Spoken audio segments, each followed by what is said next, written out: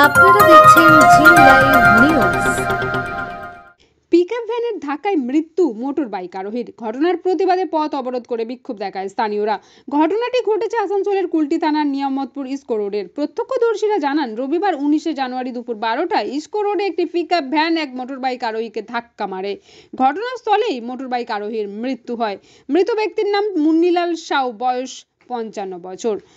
কুলটি থানা নিয়ামতপুর ফাঁড়ির বামনডিহার মহাপীর পাড়ার বাসিন্দা বলে জানা যায়। স্থানীয়দের দাবি, বেপরোয়াভাবে যান চলাচলের জন্যই এই দুর্ঘটনা, তাই অবিলম্বে বেপরোয়া যান চলাচল নিয়ন্ত্রণ করতে হবে।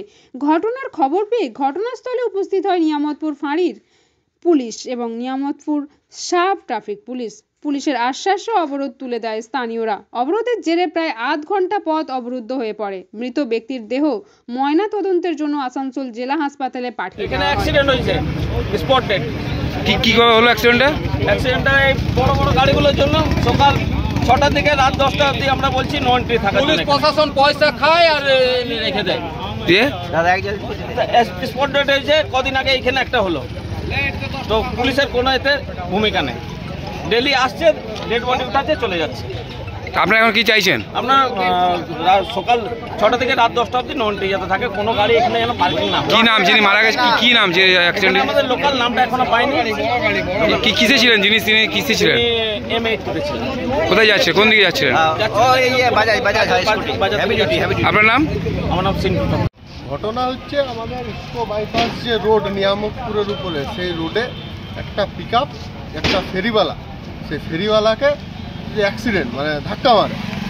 ধাক্কা মারার সঙ্গে সঙ্গে এত জোরে ধাক্কা মারে স্পট ডেথ হয়ে যায়। আমরা গ্রামবাসী, আমরা নিয়ামতপুর গ্রাম, এই নিয়ামতপুর গ্রামের গ্রামবাসী এবং এই দিকের কলোনি, বাঁকার পেছনে হচ্ছে যে বাঁকা পুকুরের পেছনে যে কলোনি, আমরা কলোনির এবং আমরা গ্রামের মানুষ, আমরা হচ্ছে যে রাস্তা দখল করি এবং আমাদের যে 3 দফা দাবি, সেই 3 দফা দাবি হচ্ছে যে পুলিশের কাছে রাখি।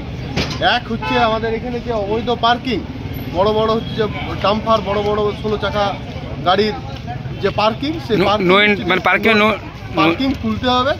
1, 2 নাম্বার হচ্ছে আমাদের যে সকাল 6টা থেকে রাত্রি 10টা অবধি যে গাড়ি চলাচল, মানে গাড়ি চলাচলের বলতে যে বড় গাড়ি, ডাম্পার, ট্রাক চলাচল, সেই চলাচলকে বন্ধ করে নো এন্ট্রি রাখতে হবে। রাত 10টার থেকে সকাল 6টা অবধি নো এন্ট্রি খোলা রাখতে হবে।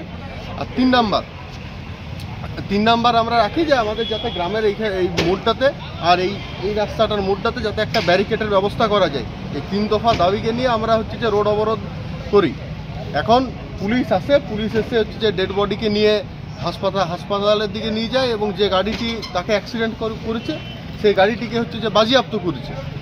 আমাদেরকে পুলিশ আশ্বাস দিয়েছে, আমাদেরকে বলেছে পুলিশ যে পরবর্তীকালে আগামী কয়েকদিনের মাথায় এই কাজ হচ্ছে যে পুলিশ করবে।